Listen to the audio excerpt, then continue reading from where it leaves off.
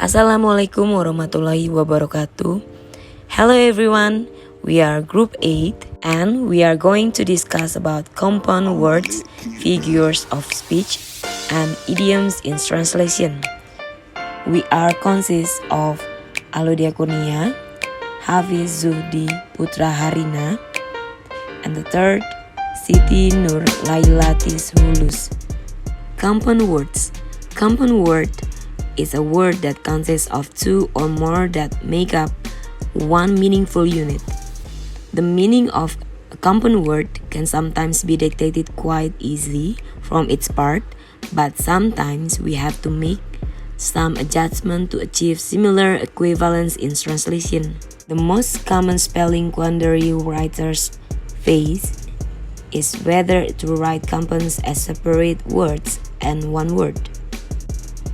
First, open compound words. An open compound words is created in cases when the modifying adjective is used with its noun to create a new noun. The first, like living room, full moon, real estate, dinner table, coffee mug. Yes, they are space between the word. Like living room, we need to put the space between it. Second, closed compound words. Closed compound words look like one word.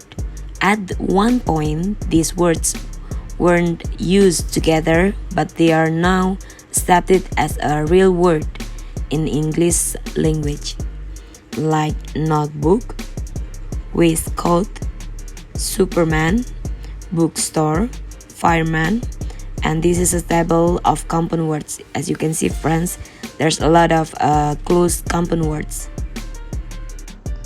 Figures of speech. A writer has his own style of writing. Understanding the writing style of an author gives you a clear picture of the expressions used.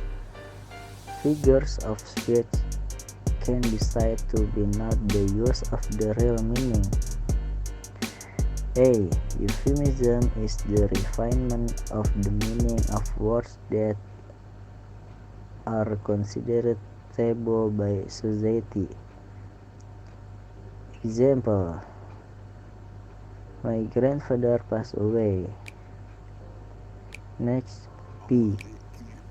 Simile is a presupposition or figures of speech that compare two things.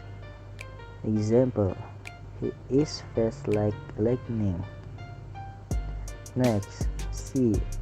Personification is a style of language that gives human characteristic to inanimate objects or other objects. Example: there is a beautiful moon-like angel smiling to me. Next, about idiom. What is an idiom? An idiom is a widely used saying or expression containing figurative meaning that differs from the precise literal meaning. The word idiom comes from the Greek word idioma, which means a special expression. Idioms usually cannot be translated word by word. For this matter, an idiom should be learned in context. The context will help us in some ways to guess meaning of an idiom intelligently. For example, he is under the weather. Under the weather is an expression used to describe unwell condition. Example 2, finding information on the internet is a piece of cake. A piece of cake is an expression used to describe something very easy. Example 3, yesterday I went home in the rain and so I caught a cold. Caught a cold is an expression used to describe a common cold atau masuk angin. Example 4, I wasn't satisfied with my hotel room, so I made a fuss. Made a fuss is an expression used to describe a complaint atau mengadu. Then, an idiom sometimes has more than one meaning. Therefore, the context in which an idiom is used will determine the intended meaning of that idiom. For example, if it is too hot inside this room, you can take off your jacket. In the context of this sentence, take off has a meaning which means menanggalkan. Next, the plane will take off at 2 o'clock sharp. In the context of this sentence, take off has a meaning which means tinggal landas. Next, this article are difficult to get rid of, the shop owner old cheese Asian. In the context of this sentence, get rid of has a meaning which means dijual. Next, how can we get rid of this unwelcome visitor? In the context of this sentence, get rid of has a meaning which means mengusir. Last, we can use idioms when we want to say something indirectly to the other person.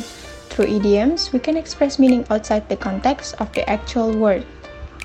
Demikian presentasi dari kelompok kami. Thank you for your attention.